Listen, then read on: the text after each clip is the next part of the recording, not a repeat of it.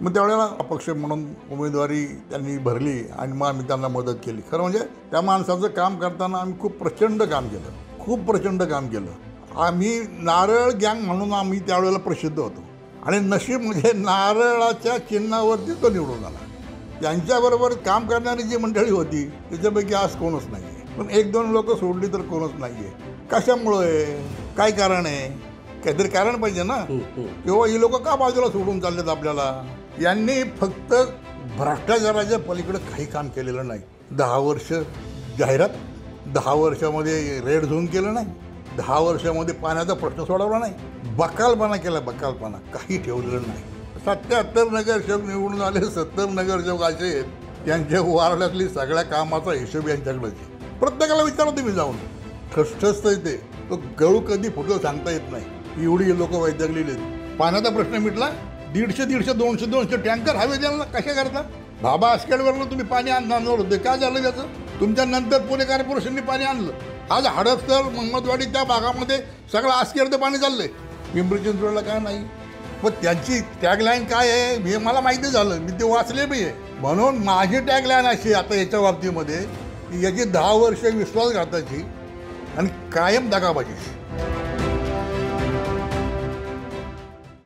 नमस्कार, नवमहाराष्ट्र नेटवर्कमध्ये आपलं सर्वांचं पुन्हा एकदा स्वागत आहे. आपण पाहतोय सध्या भोसरी विधानसभेमध्ये गेल्या कित्येक दिवसापासून आपण सध्या पाहतोय ज्या सत्ताधाऱ्यांचा जो बालेकिल्ला जो आहे तो या ठिकाणी ढासळताना आपल्याला दिवसेंदिवस आपल्याला पाहायला मिळतोय. आज आम्ही आहोत या भोसरी विधानसभेमध्ये आणि या भोसरी विधानसभेमध्ये ज्या व्यक्तीबरोबर आम्ही आहोत त्या व्यक्तीला आम्ही नाव सांगायच्या अगोदरच तुम्ही ओळखत असणार असे आमचे बाळासाहेब गव्हाणे हे ज्येष्ठ नेते आहेत. भारतीय जनता पार्टीमध्ये गेल्या 2007 पासून या भारतीय जनता पार्टीमध्ये एकनिष्ठ आहेत. स्वर्गीय अंकुशराव लांडगे यांच्यासोबत त्यांनी कामकाज केलेलं आहे आणि या भोसरी विधानसभेमध्ये अंकुशराव लांडगे हे या ठिकाणी नगरसेवक होते आणि तेव्हापासून त्यांच्यासोबत यांनी कामकाज पाहिलेलं आहे. आज आम्ही त्यांच्यासोबत चर्चा करणार आहोत. गव्हाणे साहेब, तुमचं खरं तर पाहिलं गेलं तर या नवमहाराष्ट्र नेटवर्कमध्ये सर्वप्रथम स्वागत आहे. नमस्कार. तुम्ही 2007मध्ये या भारतीय जनता पार्टीमध्ये प्रवेश केला. 2007 पासून या भारतीय जनता पार्टीमध्ये तुम्ही एकनिष्ठ राहिलेला आहात. भारतीय जनता पार्टीचा या ठिकाणी कोणीही उमेदवार असेल त्याचं काम केलं आहे तुम्ही. काय सांगाल एकंदरीत. नाही, या संदर्भामध्ये सांगायचा विषय एवढा महत्त्वाचा आहे की 2007ला अंकुशरावचा जे अपघाती गेले ते आणि त्याच्यानंतर मला मुंडे साहेबांच्याकडनं निरोप आला होता की असा विषय आहे बाळासाहेब, तुम्ही आमच्याबरोबर जर काम केलं तर जरा आम्हाला बी ताकद देता येईल आणि पार्टीची ताकद वाढेल. त्या अनुषंगाने मग त्यावेळेचे माझे मित्र होते महेश कुलकर्णी, राजू दुर्गे, आत्ताचे आमदार आहेत उमाताई खापरे वगैरे, यांच्या आग्रहाच्या त्या मुद्द्यावरूनच मग मी भारतीय जनता पार्टीमध्ये भोसळगावामध्ये प्रवेश केला. त्यावेळेला त्या कार्यक्रमाला मुंडे साहेब आले होते आणि त्याच्यानंतर मी भारतीय जनता पार्टीमध्ये कार्यरत राहिलो तर आत्तापर्यंत काम करतो आहे. याच्यामध्ये विषय आता असा होता की 2007-08च्या दरम्यान मला अध्यक्षपद ते देणार होते. अध्यक्षपद पिंपरी चिंचवड शहराचं त्यांना ते नाही देता आलं. त्याच्यामध्ये बऱ्याचशा कुरघुडू झाल्या. पण शेवटी मी साहेबांच्या बरोबर राहिलो आणि 2014पर्यंत मी साहेबांच्या बरोबरच काम केलं आहे. आणि 2014ला मी साहेबांचं निधन झाल्यानंतरसुद्धा मी भाजपमध्ये थांबलेलो आहे. त्यावेळेचा विषय असा होता की 2014ची इलेक्शन आमदारकीची, त्यावेळेला पिंपरी चिंचवडमधनं भोसरी हा जो विधानसभा मतदारसंघ होता याच्यामध्ये 75% भागामध्ये राष्ट्रवादीचा उमेदवार होता आणि 25% भागामध्ये भाजप, शिवसेना आणि मनसे असे उमेदवार होते. पण त्यावेळेला असा विचार केला आम्ही की हे जरा थोडं अवघड दिसतं आहे. भोसरीमध्ये आणखीनच कोणीतरी असेल तर मग तो माणूस आपण मदत करून निवडून येऊ शकतो, आपण त्याचं काम करू शकतो आणि आपल्याला एक म्हणजे भारतीय जनता पार्टीचा उमेदवार या ठिकाणी येऊ शकत नाही. का येऊ शकत नाही तर त्याला ही अडचण 75% आणि 25%चा विषय होता. मग त्यावेळेला महेश लांडगे यांना अपक्ष म्हणून उमेदवारी त्यांनी भरली आणि मग आम्ही त्यांना मदत केली. खरं म्हणजे त्या माणसाचं काम करताना आम्ही खूप प्रचंड काम केलं, खूप प्रचंड काम केलं. आम्ही नारळ गँग म्हणून आम्ही त्यावेळेला प्रसिद्ध होतो आणि नशीब म्हणजे नारळाच्या चिन्हावरती तो निवडून आला. आणि त्याच्यानंतर मग पुढचे सगळे प्रवास तुम्हाला माहितीच आहेत. देवेंद्र भाऊकडे गेलो, त्याला आमदार म्हणून करून घेतलं. हा सगळा भाग आले. 5 वर्ष त्यांनी काम केलं आणि 19 नंतर मी त्यांनी आजपर्यंत ते आमदार आहेत. खरं म्हणजे त्यांच्याबरोबर काम करणारी जी मंडळी होती त्याच्यापैकी आज कोणच नाही आहे. 1-2 सोडले, 1-2 जण आहेत, नाही असं नाही, पण 1-2 लोक सोडली तर कोणच नाही आहे. कशामुळं आहे, काय कारण आहे? काहीतरी कारण पाहिजे ना, किंवा ही लोक का बाजूला सोडून चाललेत आपल्याला. बरोबर, हा विषय. आणि मग ते निवडून यायच्या अगोदर 2014ला त्याने अगोदरच्या आमदाराला एवढं टार्गेट केलं की त्यांनी कॉर्पोरेशनची जी कामं होती, कॉर्पोरेशनची कामं ते दाखवत होते आणि मग त्याच्यावरती हे काहीतरी सांगायचे, त्याच्यावरती कमेंट करायचे. आणि मग हे सगळं करत असताना लोकांचा एक विश्वास बसला यांच्यावर की बाबा हे काहीतरी चांगलं करतील पुढे, म्हणून निवडून दिलं होतं. पण आता 10 वर्ष झालेत. 10 वर्षामध्ये हे सुद्धा तेच करतात ना, कॉर्पोरेशननी केलेल्या कामाचाच उहापोह करतात. यांनी 2020 म्हणून मध्ये एक मोठा कार्यक्रम घेतला होता. काय केलं त्या कार्यक्रमामध्ये? 10 वर्ष जाहिरात, 10 वर्षामध्ये रेड झोन केलं नाही, 10 वर्षामध्ये पाण्याचा प्रश्न सोडवला नाही, 10 वर्षामध्ये गल्लीबोळामध्ये छोटी छोटी दुकानं उभी करायला लागली. काय केलं नाही यांनी? बकालपणा केला, बकालपणा, काही ठेवलेलं नाही. 77 एक विषय महत्त्वाचा आहे की त्यावेळेला देवेंद्र भाऊंनी एक काम केलं होतं, पालिका टू पार्लमेंट.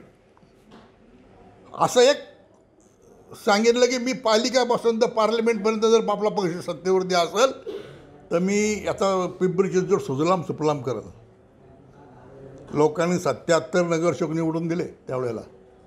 दिले की 77 नगरसेवक निवडून दिले. त्यावेळेला सुद्धा पार्टीने आमचा नाही विचार केला, मुळात आमदारांनी पण नाही केला. त्यांचा हिशोब वेगळा होता. त्या हिशोबातले त्यांना माणसं हवी होती. खरं तर पाहिलं गेलं तर म्हणजे तुम्ही ज्यावेळेस 2007ला प्रवेश केला, भारतीय जनता पार्टी तुम्ही आणि स्वर्गीय अंकुशराव लांडगे यांनी तो भोसरीत वाढवली.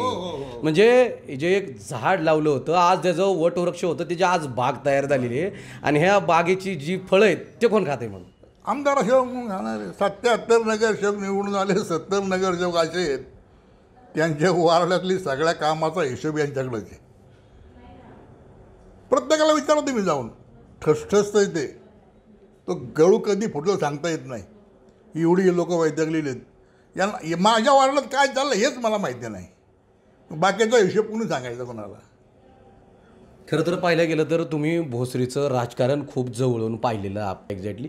तर मग कशा प्रकारे आता हे 2014पर्यंत प्रथम आमदार विलास शेठ लांडे पाटील होते, परत पुन्हा यांना तुम्ही म्हणजे 2007पासून यांचंच तुम्ही कामकाज केलं. भारतीय जनता पार्टी वाढवण्यामध्ये तुमचं खूप मोलाचा या ठिकाणी वाटा आहे. आज तुम्ही देखील या आमदारांच्या कामावरती खुश नाही आहेत. अनेक असे जे स्थानिक जे नगरसेवक ते देखील बाहेर पडत आहेत. तुम्ही आत्ता नाराज आहात. तुमची देखील आत्ता सध्या विरोधात भूमिका आहे. तुम्ही देखील सध्या आत्ता भारतीय जनता पार्टीला सोडचिठ्ठी देणार का? मग हो, कारण कसं आहे माहिती आहे का, त्यावेळेची परिस्थिती अशी होती, यांना वैतागून आम्ही भाजपत आलो होतो.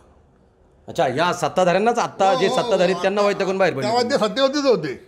अच्छा, ते वेळेला ते सत्तेमध्ये असताना त्यांना वैतागून आम्ही इकडे आलो होतो. आता तेच इकडे आलेत. मग आता यांना वैतागून काय करायचं आम्ही? आणि प्रत्येकाचा विषय आता असा आहे की ह्या भागाचा जो कायापालट व्हायला पाहिजे होता पिंपरी चिंचवड, कारण खरं म्हणजे पवार साहेबांनी बसवलेलं हे शहर आहे. बरोबर. MIDC यशवंतराव चव्हाण असतील, पवार साहेब असतील, तुमचे अण्णासाहेब मगर असतील, अजितदादा असतील, ह्या मंडळीचे तिथे खरं म्हणजे कष्ट आहे. आणि हे खूप काम केलं आहे आणि हे शहर वसवलं आहे. त्यावेळेला पिंपरी चिंचवड नगरपालिकाचा विषयच नव्हता, पण MIDC होती. आणि मग या MIDCला अण्णासाहेब मगरांनी काय केलं की ही सगळी 4-5 गावं एकत्र करून त्याची नगरपालिका केली. आणि त्या नगरपालिकेचं रूपांतर आज महानगरपालिकेमध्ये आहे. आणि मग हे सगळं करत असताना जो तो कायापालट केलेला आहे तो सगळा ह्याच मंडळींनी केलेला आहे. खरं तर त्याच्यामध्ये भाजपचा कुठेही सहभाग नाही आहे. भाजपचा सहभाग नाही नाही काय ना काय कारणच नाही ना. भाजपने काय केलेलं आहे आत्ताचे जे कामं सगळे दिसतात ना ती सगळी काँग्रेस राष्ट्रवादी काँग्रेस. कारण त्यावेळेला मोरे साहेब होते, बरं रामकृष्ण मोरे, बरोबर बरोबर नंतर दादा होते, पवार साहेब होते.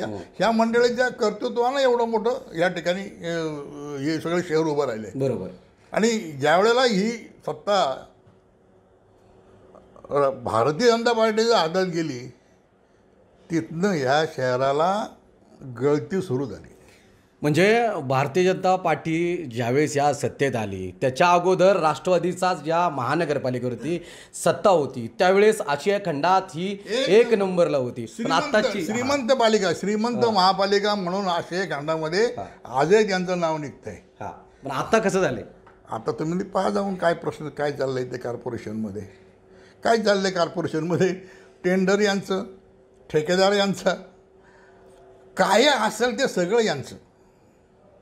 त्याच्यामुळं तुम्ही आत्ता नाराज आहात सगळं? नाही, एक कसं आहे माहिती आहे का, एवढं मोठं शहराचं काम करायची जी पद्धत होती जी करायला पाहिजे होतं, संधी होती यांना, ती त्यांना नाही करता आली. त्याला 2 वेळाला संधी दिलेली नगर आमदार म्हणून. त्याचा फायदा त्यांनी घ्यायला पाहिजे होता, कामं करायला पाहिजे होती. बरोबर. पण ती नाही ना कामं केली यांनी फक्त आणि फक्त भ्रष्टाचाराच्या पलीकडे काही काम केलेलं नाही. तुम्हाला खोटं वाटेल, ह्या भ्रष्टाचाराची नोंद राष्ट्रपतीच्या कार्यालयाने घेतलेली आहे. पेपरला बातमी होती मध्ये. एवढा भ्रष्टाचार, काय जे असेल ते पैशाशिवाय कामच नाही. काल 1-2 दिवसापूर्वी दिघीमध्ये त्यांची एक सभा झाली. खरं तर पाहिलं गेलं तर आपण त्या सभेमध्ये पाहिलं की यांनी जे आहे ते विरोधकांना मी 21 तारखेपर्यंत अल्टिमेटम देतोय की माझ्या ज्या विरोधात त्यांनी जो आवाज उठवला आहे तो त्वरित थांबवा, अन्यथा माझा जो 21व्या दिवशी पुढचा दिवस जो आहे तो माझा असणार आहे. त्यामुळे विरोधकांनी तो लक्षात ठेवावं असं देखील एक सज्जड दम या सत्ताधाऱ्यांनी दिलेला पाहायला मिळतोय.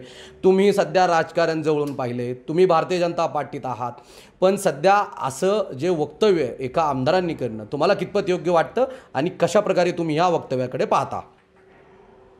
पहिला विषय म्हणजे आमदार भोसरीचा आहे आणि भोसरी गावची ही संस्कृती नाही आहे.